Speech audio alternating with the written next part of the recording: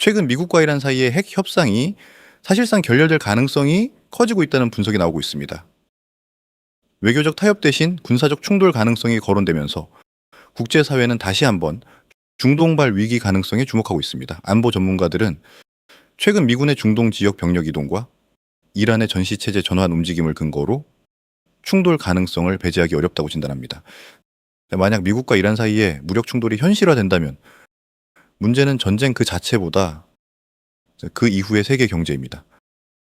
먼저 가장 직접적인 영향은 국제 유가입니다. 이란은 세계 주요 원유 생산국 중 하나이며 중동 지역은 전 세계 원유 공급의 핵심 통로입니다. 전쟁이 발생하면 호르무즈 해협 봉쇄 가능성이 거론되고 이는 곧 원유 공급 차질로 이어질 수 있습니다. 공급이 줄어들면 유가는 급등합니다. 유가가 오르면 물류비, 전기요금, 난방비, 식료품 가격까지 연쇄적으로 상승합니다. 결국 전 세계가 물가 상승 압력을 받게 됩니다. 두 번째는 금융시장입니다. 전쟁이 발생하면 투자자들은 주식 같은 위험 자산을 팔고 금, 달러 같은 안전 자산으로 이동합니다. 이 과정에서 주가는 급락하고 환율은 급등할 수 있습니다. 특히 신흥국 통화는 약세를 보이기 쉽고 외국인 자금이 빠져나가면서 금융 불안이 확대될 가능성이 있습니다. 세 번째는 세계 교역입니다. 중동은 에너지뿐 아니라 주요 해상 물류 경로가 집중된 지역입니다. 전쟁으로 항로가 막히거나 보험료와 운임이 급등하면은 국제 무역 비용이 크게 증가합니다. 이는 수출입 기업의 부담으로 이어지고 결국 소비자 가격에 반영됩니다. 전쟁은 전선에서만 벌어지는 것이 아니라 경제 전반에 파장을 미칩니다. 그렇다면 이 전쟁이 한국 경제에는 어떤 영향을 줄까요? 한국은 에너지 수입 의존도가 높은 나라입니다. 유가가 급등하면 무역 수지가 악화되고 물가 상승 압력이 커집니다. 환율이 불안해지면 수입 물가가 오르고 기업들의 원가 부담도 증가합니다.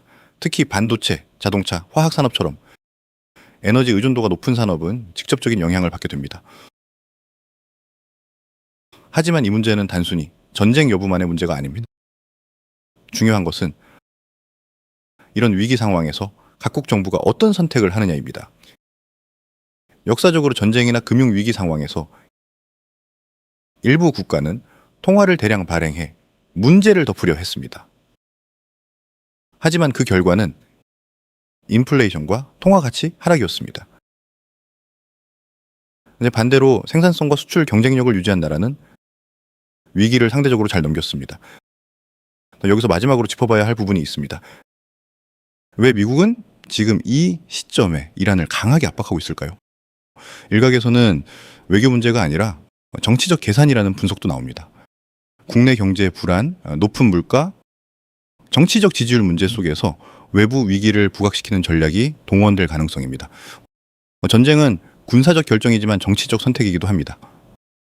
만약 미국과 이란의 충돌이 현실화된다면 그 대가는 전쟁 당사국만 치르는 것이 아닙니다. 유가, 환율, 물가, 주식시장까지 전 세계가 같이 흔들리게 됩니다. 그리고 이 충격은 우리의 일상에도 그대로 전해집니다. 결국 이 전쟁은 중동의 문제가 아니라 전 세계의 문제입니다. 그리고 우리가 주목해야 할 것은 미사일이 아니라 그 뒤에 따라오는 경제의 파장입니다. 당시 도널드 트럼프 대통령은 이란을 공습한 직후 우리는 행동에 나섰다라는 성명을 발표했습니다. 미 해군 함정에서는 여러 발의 토마호크 미사일이 발사돼 이란의 방공 시스템과 주요 군사 인프라를 타격했습니다. 거의 동시에 이스라엘 공군 전투기도 이란 서부 지역의 무기 저장 시설을 공습했습니다. 이에 대해 미 국방부는 이번 공격의 목적이 이란의 핵 관련 군사 능력을 약화시키기 위한 조치였다고 밝혔습니다. 즉, 외교 갈등이 실제 미사일 공격으로 이어졌고 중동 전체가 전쟁 직전까지 갔던 순간이었습니다. 그리고 이 사례는 이번 핵 협상 역시 외교 문제를 넘어 군사적 위기로 번질 수 있음을 보여주는 하나의 전례입니다.